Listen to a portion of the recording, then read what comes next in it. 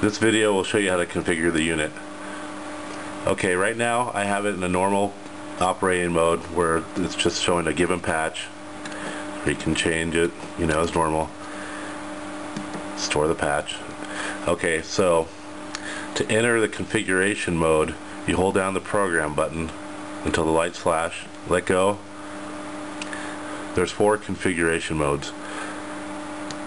That's the second one, third, fourth, of course, and it goes back to the first. You scroll through them by hitting the program button. If you notice, the first mode, the program LED is blinking fast, a little bit slower, slower, and slower. So anyways, the first one I call the general setup mode. These 4 LEDs are for the MIDI channel. That would be channel 15 or 16. That would be channel 1 or 0, depending on how you look at it. That means global. So no matter what you have these set to, if you hit the global channel, it'll make those go out. And if you actually select a channel, it'll turn that one off. So that's global for all channels. These 2 here are for the latching speed. If you're using a momentary latching amplifier that uses a momentary switch, these are the speeds. That is normal, which is pretty quick. That's a little bit of a delay. That one adds more of a delay, and then having them both on adds a lot of delay. So there's basically 4 latching speeds.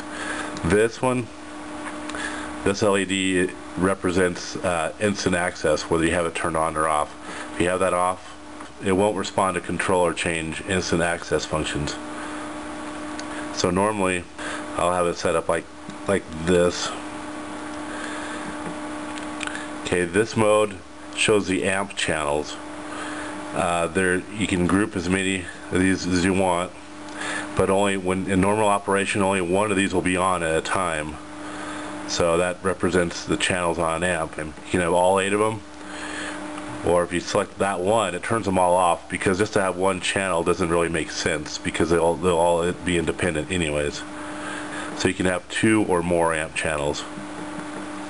So that turns them all off, basically makes them all independent.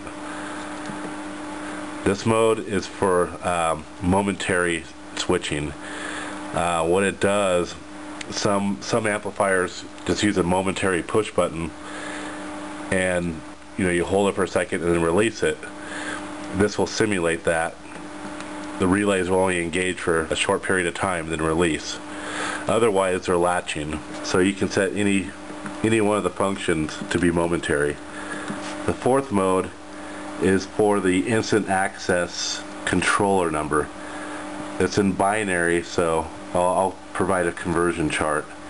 You can also use the calculator in Windows and do a binary conversion. I'll show that on the I'll post that to show you how to do that. But basically this is set up for 80, which I showed in the other video. So that's the base controller number.